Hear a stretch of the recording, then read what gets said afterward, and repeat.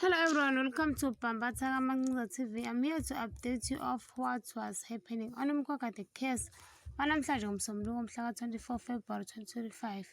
Kufika ama-bodyguard azoqapha uSkhumba ngoba phela washiya enze umonakalo. Manje bafuna ukuqinisekisa ukuthi umkhulu noma mamkhulu bagcina bephephile. Kuthe kusenjalo kufike noNdabezitha. Angithi phela naye ufuna ukuzobona umonakalo owenziwe uSkhumba. Afike abuze umkhulu ukuthi kumoshakele kangakanani. Asho umkhulu ukuthi kumoshakele kakhulu futhi wabe esecela uNdabezitha ukuthi azozibonela yena. Uphakathi ungena kule ndawo afihle kuyo uMamzobe uhamba noGabisile athuke uMamzobe ukuthi kwenze njani. Esho uphakathi ukuthi ulethe uGabisile ngoba if belokhu bengamtholi uMamzobe bazovele bafuna ukubhodlela kuGabisile. Athi uMamzobe kanjani kodwa baba ngoba phela uGabisile usithwele. Le ndawo ayimlungele sidala umuntu ofana naye. Washo uphakathi ukuthi ayikho into engenziwa ngoba abasapheli endlini babheka uMamzobe futhi uyayifuna nendawo lapho azobayisa khona bephephe. Wasukuma wahamba wabesetshela uMamzobe ukuthi akasukume ezokhiya umnyango. UMabusi uhlaselwa iphupho bakithi. Kuleli phupho uphupha omkhulu wakhe uMzobe uyambuza ukuthi ufunani lana. Asho ukuthi uzoqeda umkhokha ufuna ukushaya isidumbu sakhe uMzobe.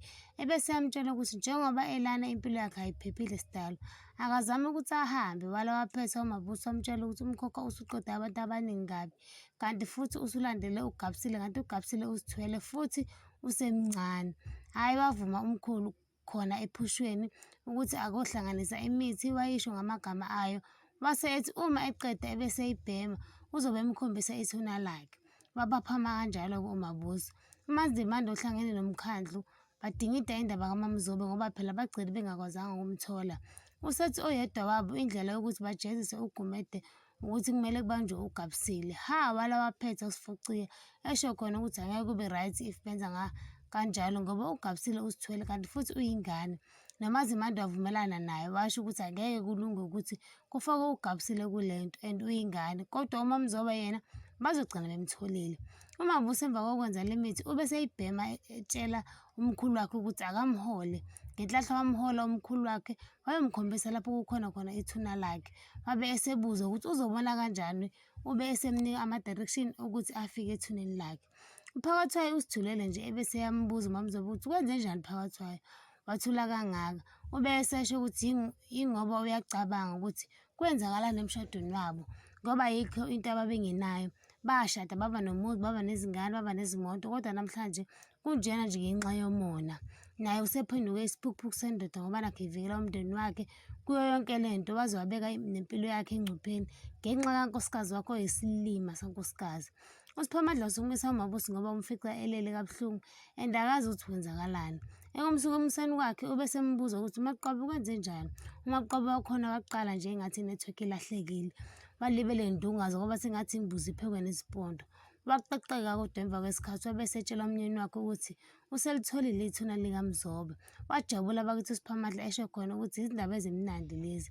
uSiphamandla noMabusi sebeyokhombisa induna lapho kukhona khona ithuna likaMzobe bese bebuza ukuthi bengaqala nini ukumba ngoba phela selitholakele. Yathi induna noma yinini kodwa okwamanje icela ukuyokhuluma namadoda endawo khona kuzovumelwana ngayo yonke into. Nebala bajabula uMabusi noSiphamandla babonga kakhulu kuNdabezitha. uMabusi noSiphamandla basendleleni eya endlini. Uma besathi bayazihambela nje qhamuthi usho uSkhumba uphethe isibhamu uzotshela umkhulu ukuthi le nsimbi ayiphethe ingadubula ngisho uJesse imbala. So nje yena wamanzi amancane akangapholisi amaseko nje wabe semkhomba ngaso. Wathuka bakithi uMabusi wamncenga umalume wakhe ukuthi angayenzi leyo nto kade kuzoqhamuka umphakathi. Avele ajabule kakhulu uSkhumba ababiza athi wozani nizobona ngihlakaza umkhululwe nobuchopho angisuzitshela ukuthi uzoqeda ngomama mkhulu nomkhulu kade akabuzanga namhlanje inhlanzi ishelwa amanzi. Umphakathi uvele wajikelana nama-bodyguard aqhamuka amkhomba ngezibhamu waze wasehlisa esakhe bamuxosha bathi akahambe. Ngiyabamba lana ungakhohlwa ukucindezela i-notification bell nokusubscribe noma usho umbono wakho. Bye.